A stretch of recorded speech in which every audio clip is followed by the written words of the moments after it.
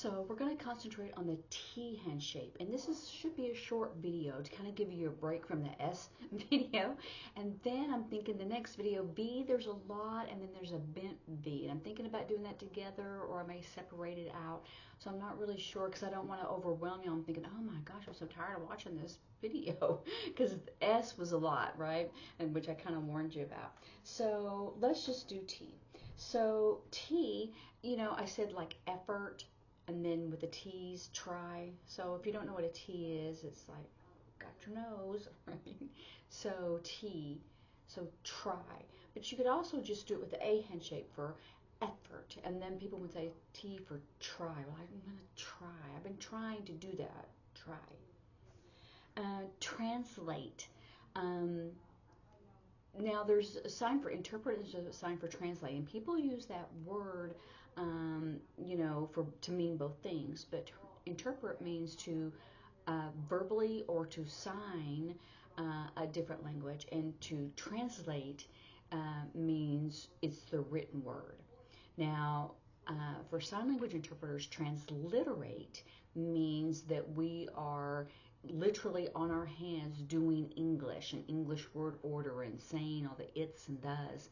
So that's the different meanings of that. But I usually use the same sign. Transliterate. You have your T's, you have them together, and then they go into an L hand shape, and then they just twist. It's a natural movement. Transliterate, translate, but not to interpret. Interpret is this way for signing. And even if I'm saying, oh, they need to interpret it in Spanish, because that's a speaking language, and all the other languages are spoken except for sign language. So, but to interpret and then transliterate or translate. Okay. Team, remember? Society, class, family. Now we have T's for team. You got it. Team. And tutor. We've done like educate. Sorry, I can't get my hands to work this morning. Teach. So if you're going to teach, get the information from your head and put it out. For tutor, T, it's going to just be T's and go out. It's the same way. Oh, they need a tutor. A tutor. Remember, this is a teacher, tutor, or they need tutoring, right? So it depends on what English word you're using, the ing or the person, the noun. So just think about that way. Okay, you don't have to be an expert in English, but I do learn more about English grammar and have gotten better at that the more I interpret. Okay, now for an abstract meaning of time, not like time. We already did like time, like what time is it on our watch. If you're thinking about an era, or just a kind of, it's going to take some time, so you do your T hand shape, then what hand that you write with, and the other hand is your background, and you do time. This also means like season. See, it's an era. I would do era with ERA with this T hand shape, because it's an indeterminate amount of time. It's not an exact time, right? And so it's more abstract. So this is an era of time, or it's, not sometimes, but it's going to be, it's more like season, that type of concept. Total communication is really not an ASL sign, but you will see it like in the schools. They do use a T in one hand. I think I do it in my left hand, and the one I don't write with, and the C in my right hand. And remember, this is communication. This is total communication. I guess you could do it this way. It really wouldn't matter which hand that you did it with, because it's not an ASL sign. Because remember, I told you it's real ASL if both hands are doing the same thing, or one hand is doing the work and the other one's doing nothing.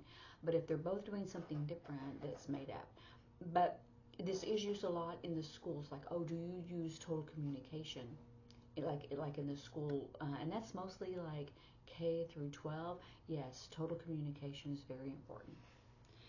because they need to see that. They want to see that English in the air, the teachers do. And I understand that because they want to teach them. But for just communicating in general, just talking and chatting, that's a little bit different. Okay. So for the sign for temple or synagogue, that's more biblical, or we see today. So the left hand does nothing. Remember we did church? Well, now T for temple, which also means synagogue. Jewish people say I'm going to temple, but a synagogue. Now remember the mosque is more of an M on that. It's the same position. So church, temple, mosque, and I told you that this one is used a lot by Saudi Arabians. They use that for their mosque. But we're doing T for temple or synagogue. Champagne. I don't drink champagne, but you're holding the bottle with the hand you do not write with, and then you have this T hand shape, and right, you get the cork out. I guess when you unscrew it, that's a cheap kind, right? So to uncork it.